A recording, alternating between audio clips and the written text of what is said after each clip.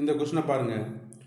அரசு தேசிய வளங்கள் அமைவனங்கள் அனைத்திலும் சமுதாய பொருளியல் அரசியல் நீதி நிறைந்து நிலவுவதற்கான ஒரு சமுதாய முறைமையினை பயனுற எய்தி பாதுகாத்து மக்கள் நலப்பாட்டை வளர்த்திட அரிதின் முயலுதல் வேண்டும் என்று கூறும் அரசியலமைப்பின் சட்டப்பிரிவு 38. இந்த 38 ஆர்டிகளை பற்றி தனியாக இது மாதிரி ஒரு ஸ்டேட்மெண்ட் இல்லை, இந்த அப்படியே இல்லாட்டா கூட இது மாதிரி ஒரு ஸ்டேட்மெண்ட், அதாவது அரசியல் நீதி நிலவுவதற்கான ஒரு அமைப்பு அல்லது மக்கள் வளங்களை சரியாக பங்களித்தல் அப்படிங்கிற ஸ்டேட்மெண்ட் இருக்காங்க கேட்டால் அப்படியே 12th பொலிட்டிக்கல் சயின்ஸ் புக்கில் திட்டம் அப்படிங்கிற பாடத்தில் இருக்குது. சரிங்களா? திட்டக்குழு அப்படிங்கிற பாடத்தில் இருக்குது. டேரெக்டாக என்ன இருக்குன்னு பார்க்கலாம்.